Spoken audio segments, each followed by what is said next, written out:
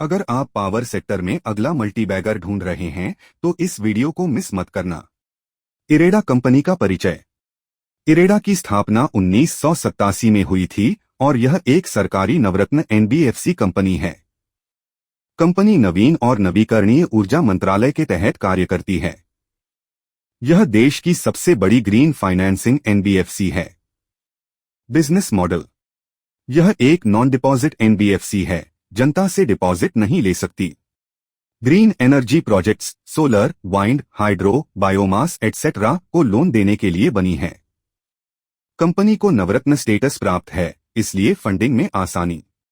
देश के 23 राज्यों और 4 यूनियन टेरिटरीज में काम कर रही है। Exposure in sectors. Solar 26%, wind 16%, state utilities 18%, hydro 11%। Quarterly results Q4 FY25। मार्च 2025 में रेवेन्यू 1904 रुपए करोड़ रहा, जो मार्च 2024 के 1391 रुपए करोड़ से 40% ज्यादा है। फाइनेंशियल प्रॉफिट 488 रुपए करोड़ से बढ़कर 630 रुपए करोड़ हुआ, करीब 25% की बढ़त। प्रॉफिट बिफोर टैक्स 480 रुपए करोड़ से 630 रुपए करोड़ हुआ।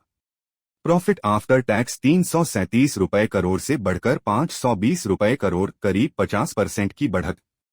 टैक्स रेट में गिरावट के कारण पैट में ज्यादा ग्रोथ दिखी। पूरा साल FY24 वर्सेस FY25 का प्रदर्शन। FY24 रेवेन्यू 4,965 रुपए करोड़, FY25 6,742 रुपए करोड़, 35% ग्रोथ। फाइनेंशियल प्रॉफिट 1,716 रुपए करोड़, 2,130 रुपए करोड़। पैट 1,252 रुपए करोड़, 1,700 रुपए करोड़, टैक्स रेट में कमी से फायदा। इक्विटी 10,000 रुपए करोड़, इसके मुकाबले बोरोइंग्स 62,000 रुपए करोड़ तक पहुंची, लेकिन अधिकांश लोन सरकारी प्रोजेक्ट्स को दिए हैं।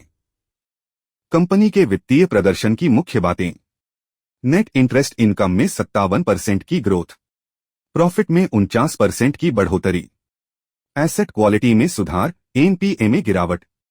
एनआईएम्स नेट इंटरेस्ट मार्जिन में भी सुधार। सीएमडी श्री प्रदीप कुमार दास का प्रोफाइल। मई 2020 से इरेडा के चेयरमैन और मैनेजिंग डायरेक्टर हैं। उनके पास पावर, रिन्यूएबल एनर्जी और बैंकिंग सेक्टर में 30+ साल का अनुभव है। शिक्षा कोलकाता यूनिवर्सिटी से कॉमर्स ग्रेजुएट और जेवियर इंस्टीट्यूट भुवनेश्वर से पोस्ट ग्रेजुएशन। वे ICMAI और ICSI के सदस्य हैं। Loan book status. Loan book बढ़कर 76,282 रुपए करोड़ हुई, पिछले साल 59,700 रुपए करोड़, 19,000 करोड़ की ग्रोथ। लोन सैंक्शन 37,300 रुपए करोड़ से बढ़कर 47,000 रुपए करोड़, 30% ग्रोथ। डिसबर्समेंट 3,138 रुपए करोड़, पिछले साल से 20% ज्यादा। पारिस्क फैक्टर्स। ग्रोस एनपीए घटकर 2.36% से 2.19% हुआ, यह अच्छा संकेत है। ज्यादातर लोन सरकारी एजेंसियों को दिए हैं, इसलिए डिफॉल्ट का रिस्क कम। GMR व SJVN के साथ नेपाल में प्रोजेक्ट्स के लिए MOU साइन किया है। International ambition. QIP update. Company 5,000 रुपए करोड़ का QIP लाने जा रही है। 173 रुपए प्रति शेयर की कीमत पर शेयर वर्तमान में 174-175 पर चल रहा है। कंपनी की खासियतें। सिर्फ लोन नहीं, बल्कि नीति निर्माण और नीति क्रियान्वयन में भी सक्रिय भागीदारी। कॉरपोरेट गवर्नेंस पर गहरा फोकस, ऑडिटेड रिजल्ट सबसे पहले जारी करती है। पिछले साल 19 दिन में रिजल्ट जारी किया, इस बार 15 दिन में। पेपरलेस और डिजिटल ऑपरेशंस, सरकारी संस्थानों में पहला जो पूरी तरह डिजिटल है। जेंसल इंजीनियरिंग लोन एक्सपोजर। कंपनी का 650 रुपए CR का फंड बेस लोन है, 170 रुपए CR का नॉन फंड बेस। अब तक ये अकाउंट एनपीए नहीं हुआ है। 80 रुपए CR का ओवरड्यू है, जिसे FDR और अन्य सिक्योरिटी से रिकवर किया जा सकता है। SCBI रिपोर्ट में गवर्नेंस लैप्स मिले हैं, इंटरनल इन्वेस्टिगेशन चल रही है। वर्स्ट केस में भी 650 रुपए CR का रिस्क पूरा डूबने की संभावना नहीं। Share holding pattern. सरकार के पास अभी भी 75% हिस्सा है। पब्लिक होल्डिंग धीरे धीरे बढ़ रही है। DII की होल्डिंग थोड़ी कम हुई है। रिस्क मैनेजमेंट और फ्यूचर फोकस। इमर्जिंग सेक्टर्स में रिस्क रहता है, पर इरेडा के पास मजबूत निगरानी और स्क्रूटनी मैकेनिज्म है।